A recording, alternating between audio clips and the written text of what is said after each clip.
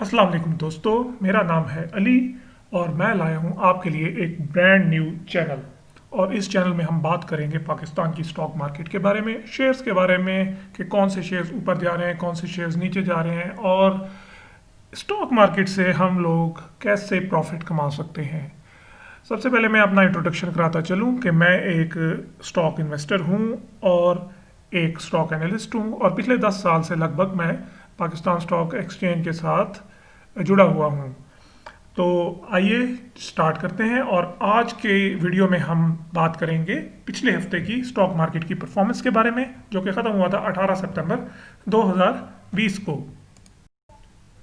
दोस्तों, पिछले हफ्ते स्टॉक मार्केट में 27 पॉइंट की कमी रिकॉर्ड की गई।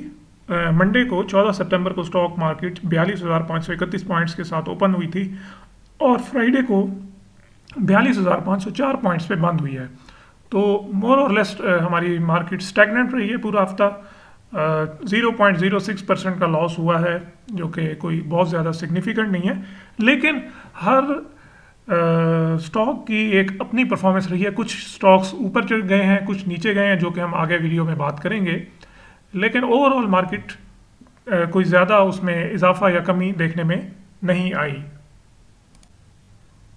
अगर हम साल 2020 की बात करें तो 1 जनवरी से लेके और आज तक हमारी स्टॉक मार्केट में ओवरऑल 1104 पॉइंट्स का इजाफा हो चुका है, जो कि बनता है 2.66%। इसका कहने का मकसद ये है कि जब 1 जनवरी को हमारी स्टॉक KSE 100 इंडेक्स की जो वैल्यू थी वो थी 41,400 पॉइंट्स, जो कि अब हमारी वैल्यू हो चुकी है 42,504 पॉइंट्स। लेकिन इसमें एक बहुत इंपॉर्टेंट चीज़ अगर आपको इसमें नज़र आ रही है कि जब कोविड आया, जो कि मार्च के महीने में, तो हमारी मार्केट बुरे तरीके से क्रैश कर गई। लगभग 10,000 पॉइंट्स की कमी वाक़ई हुई और उसके बाद फिर आहिस्ता आहिस्ता रिकवरी करते करते अब हम दोबारा 504 पॉइंट्स पे आ गए हैं। लेकिन दोस्तों, इसमें यह भी देखें कि अगर हम क्रैश के बाद की रिकवरी की बात करें तो 29,505 पॉइंट्स से हम पहुंच गए हैं 42,504 पॉइंट्स पे, जो कि एक बहुत बड़ी रिकवरी है। अगर किसी दोस्त ने जब क्रैश के एंड में किसी ने अगर स्टॉक्स में इन्वेस्टमेंट की थी या कोई शेयर्स परचेज किए थे, तो आज उसको एक बहुत ही हैंडसम किस्म का प्रॉफिट हो चुका होगा।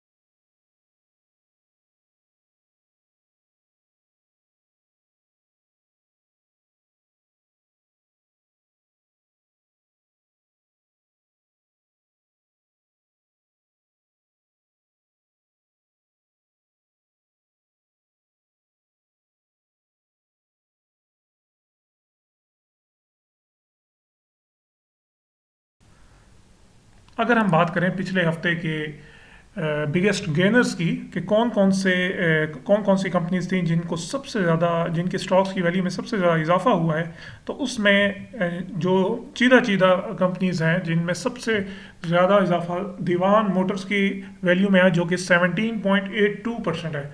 अब दोस्तों, अंदाज़ा लगाएं कि एक हफ्ते में आपकी इन्वेस्टमेंट की वैल्यू में 17.8% का इजाफा हो जाए, जो कि मेरे ख्याल में आपको कोई बहुत अच्छे अच्छे बिजनेसेस भी नहीं देते। और फिर दूसरे नंबर पे हमारे पास हैं फौजी फूड्स, जिनका ऑलमोस्ट सेम है 17.3%। फिर यूनिटी फूड्स है 16.4%, लाल पीर पावर 14.3%, हिनो पाक मोटर्स 12.5% और फौजी फर्टिलाइज़र बिन कासिम 12.4%। तो मैंने जो अपनी एनालिसिस में देखा है कि ये 6 कंपनीज थी जो कि थोड़ी नुमायाँ कंपनीज हैं जिनकी स्टॉक की वैल्यू में बहुत ज़्यादा इजाफा देखने में आया। और इसी तरह अगर हम बात करें बिगेस्ट लूजर्स की, तो उसमें सबसे ज़्यादा जो लॉस हुआ है वो है पाकिस्तान केबल्स की वैल्यू में, जो कि 11.89% कमी आई है। उसके बाद इको पैक लिमिटेड में 11.78%, बन्नू वूलन, इत्तिफाक आयरन इंडस्ट्रीज़ और सर्विस फैब्रिक्स, ये कंपनीज हैं जिनकी वैल्यू में 10% से ज़्यादा कमी आई है दोस्तों। तो सिर्फ फ़ायदा नहीं होता, नुकसान भी हो जाता है बाद औक़ात, और एक ही हफ्ते में आपकी इन्वेस्टमेंट की वैल्यू 10% या उससे ज़्यादा गिर भी सकती है। तो स्टॉक में जब आप इन्वेस्ट करते हैं तो आपको बहुत ज़्यादा अलर्ट रहना पड़ता है, बहुत ज़्यादा मुहतात रहना पड़ता है, वरना आप बहुत हैवी लॉसेस सफ़र कर सकते हैं। पिछले हफ्ते की जो हमारी अहम खबरें थी, जो अहम डेवलपमेंट्स थी, उसमें एक जो सबसे अहम डेवलपमेंट ये हुई कि हमारी कौमी असम्बली और सेनेट से FATF के बिल्स पास हो गए, जो कि बहुत ही थिन मार्जिन से हुए थे लेकिन हो गए। इसी तरह वर्ल्ड बैंक ने रिको दिक केस में स्टे ऑर्डर दे दिया, जो कि आपको अगर पता हो पाकिस्तान को $6 अरब की पेनल्टी पड़ी थी। और अगर आप इसके बारे में मज़ीद डिटेल्स जानना चाहते हैं तो आप इंटरनेट पे सर्च कर सकते हैं कि ये क्या स्टोरी थी। इसके अलावा तेल की कीमतों में 12% इजाफा देखने में आया। उसकी मेन वजह अमेरिका में आया समुद्री तूफान था, जो कि ह्यूरिकेन सैली है, और तेल की कीमतों में अब इजाफा हो रहा है।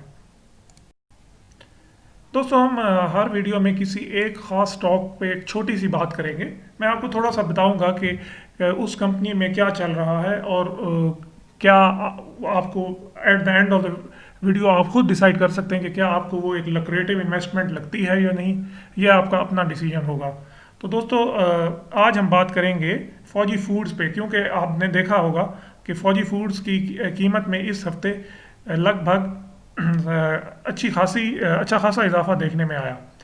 तो दोस्तों, एक बात मैं आपको बताता चलूँ कि फौजी फूड्स की जो ऑल टाइम हाई वैल्यू रही है इसकी प्राइस, वो थी 1 फरवरी 2017 को, जब इसने 120 रुपये और 59 पैसा टच किया था। और दोस्तों, उसके बाद इसकी वैल्यू में बदतरीज कमी आती रही है, और 24 मार्च 2020 को, जो कि वैसे ही कोविड की वजह से क्रैश आया हुआ था, तो इसकी वैल्यू जो है गिर के 6 रुपये 92 पैसे तक आ गई। और आप अंदाज़ा लगाएं दोस्तों कि कितनी ज़्यादा, ये एक 94% की कमी हो गई इसकी वैल्यू में 3 साल के अंदर अंदर। और अगर किसी दोस्त ने इसको उस वक्त ख़रीदा था जब ये अपने ऑल टाइम हाई पे था, तो उस बेचारे की तो सारी की सारी इन्वेस्टमेंट डूब गई। दूसरी तरफ अगर हम देखें तो जब 6 रुपये 92 पैसे से जब इसने रिकवरी स्टार्ट की है, तो अब पिछले मतलब अप्रैल से लेके अब तक इसकी जो वैल्यू में 179% इजाफा हुआ है, और अब इसकी कीमत है 19 रुपये 32 पैसे।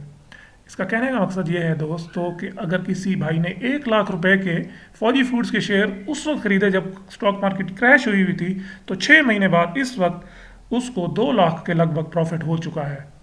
और ये एक बहुत हैंडसम प्रॉफिट है। लेकिन दोस्तों, मैं दोबारा अपनी बात रिपीट करूंगा कि स्टॉक मार्केट में आपको बहुत ज़्यादा मुहतात रहना पड़ता है। आपको पता होना चाहिए कि मैंने किस वक्त निकलना है किस शेयर से, और किस वक्त मैंने परचेज करनी है।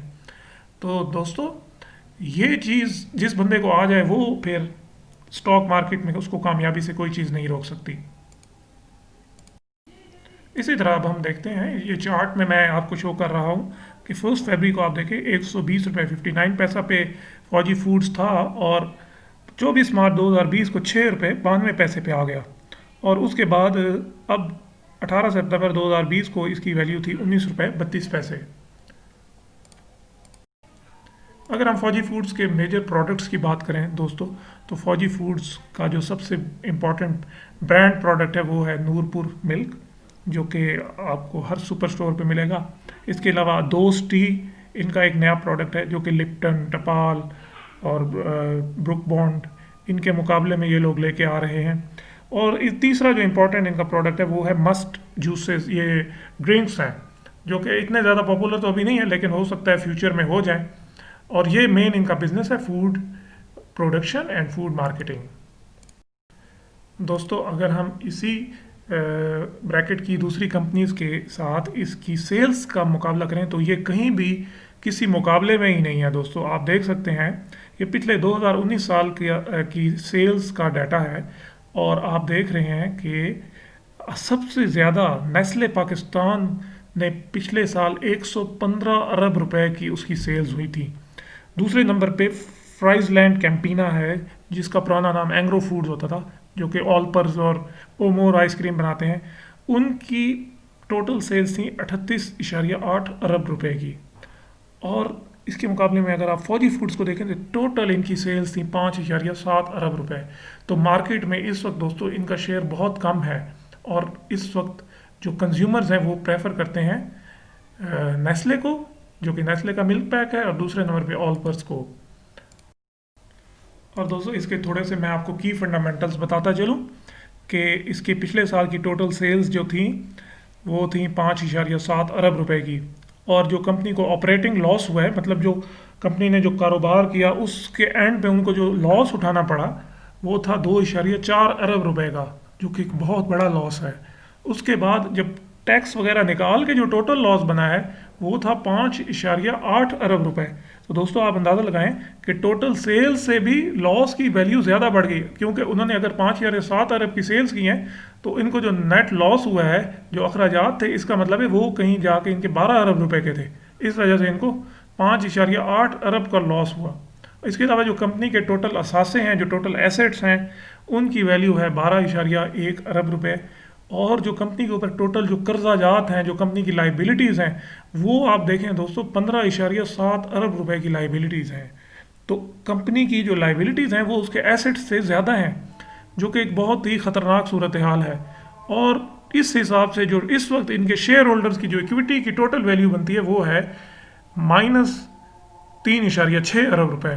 तो दोस्तों फंडामेंटल्स इसके बहुत ही ख़राब हैं इस कंपनी के, आप देख सकते हैं। और अगर फ्यूचर में हो सकता है बेहतर हो जाए, लेकिन मौजूदा अगर सूरत हाल देखी जाए तो बहुत ख़राब है। और दोस्तों इसके साथ ही मैं आपसे इजाज़त चाहूँगा, नेक्स्ट वीडियो में मिलेंगे। अल्लाह हाफिज़।